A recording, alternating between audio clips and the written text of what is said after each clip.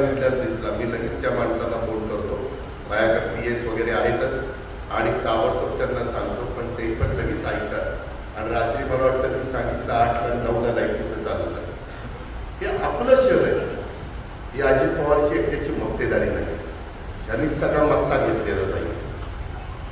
कधी कधी थोडा पाऊस पडला आणि ते आमचा स्ट्रॉंग वॉटर जाण्याच्या करता मी जाळ्या बसवल्या, त्या जरा जाळ्यामध्ये कचरा अडकला, पाणी जायला एक थोडा वेळ उशीर, तेवढ्यात व्हिडिओ शूट.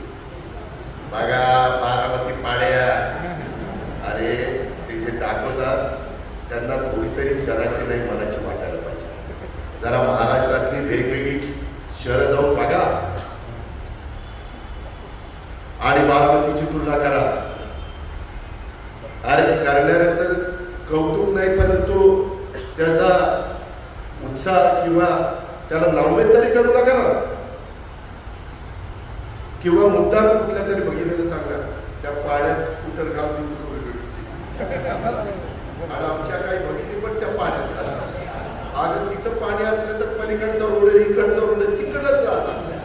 तुला लाडकी लाडकी लाडकी म्हणतो, अशी वाटते की तुला तोडकी म्हणावी लागेल. असं नाही. आपण सगळ्यांनी मला सहकार्य करा. मी पुन्हा सांगतो, मी गावाचा अंश आहे. ज्या दिवशी मी तुमचं प्रतिनिधित्व करायचं बंद करेल त्यावेळेस तुम्हाला आठवण झाला पाहिजे होता. काय म्हणतात ना आमच्याकडं, पिकतं तिथं विकत नाही. त्या गोष्टी सगळ्यांनी, मी अनेकदा त्या बाबतीमध्ये खूप काही गोष्टी करत असतो.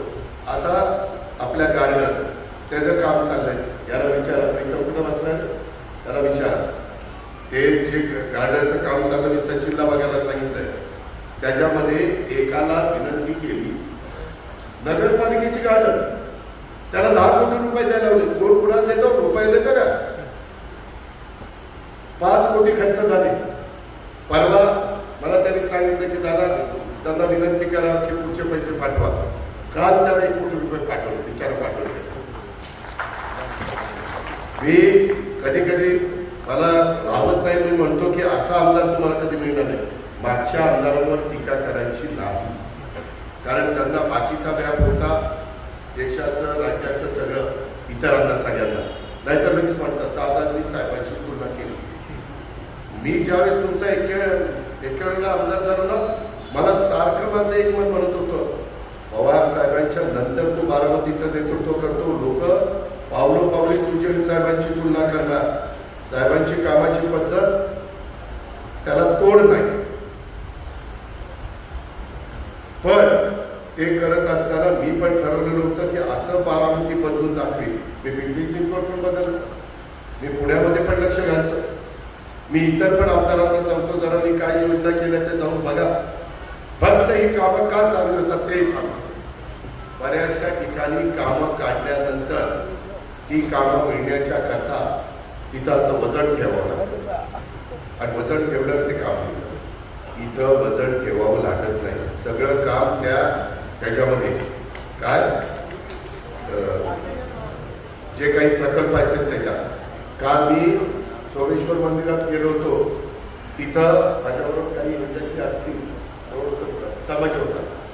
त्यामध्ये सुंदर काम संग्रामनी तिथं ह्याचं केलंय 12 वर्ष. आणि मी ते बघितलं, मला इतका लागलं. मी तिथं स्वच्छतागृहात गेलो, तिथं एका वडाचे मुळे खाली आलं तर वर वड उगवलं होतं. मी ते सगळं स्वच्छ करायला सांगितलं, त्यांना पण मी मदत करतो म्हणलं. मित्रांनो, ते करून दिल्यानंतर स्वच्छता नीटनेटकं ठेवण्याचं तरी काम करा ना. त्याच्या हातून मी बरेच काल त्यांना 1.5-2 कोटी रुपये काहीतरी दिले आणि त्यांनी त्या पठ्ठ्यानी माझाच कार्यकर्त्यांनी नाव घेत नाही, पण त्यांनी एक काम 1.5 कोटीचं 32% दिलं. राजवर्धन तो होता, 32% दिलो. मी एक जिल्हा परिषदेच्या सीओला फोन केला, त्याला म्हणलं ते कॅन्सल करतात. 32% बिलोनी काम. आपल्याची क्वालिटी आहे. दीपक तू पण काम करत होता, मिळू शकतं 32% बिलो. मला काही कळतच नाही. मी त्याला सांगितलं की हो आम्ही तुम्हाला परत व्यवस्थितपणे टेंडर तिथं पेवर कुठले लावले पाहिजे, त्याचे कलर कुठले असले पाहिजे. आता विशाल इथं बसला, तो पण मला तिथं खूप चांगली मदत करतो. माझ्या जवाहर बागेपासून माझ्या तिरंगा सर्कल तिथं झाडाचं कटिंग, तिथं ते वड वाढलेला होता, त्या वडाचं कटिंग. मी जाता जाता काल सकाळी मी लवकर तिथं पास झालो, वेल चढलेली होती चाळीवर. मी त्याला फोन केला सकाळी 6ला. मी बघितलं विशाल वेल चढलेले. त्यांनी 2-3 तासांनी माणसं लावली, काढले, मला फोटो पाठवले होते दादा. बारामतीकरांना उगीच बारामती स्वच्छ राहत नाही, त्याला कष्ट आहेत कुणाचे तरी, त्याला मेहनत आहे, त्याला बारकाईचं लक्ष आहे.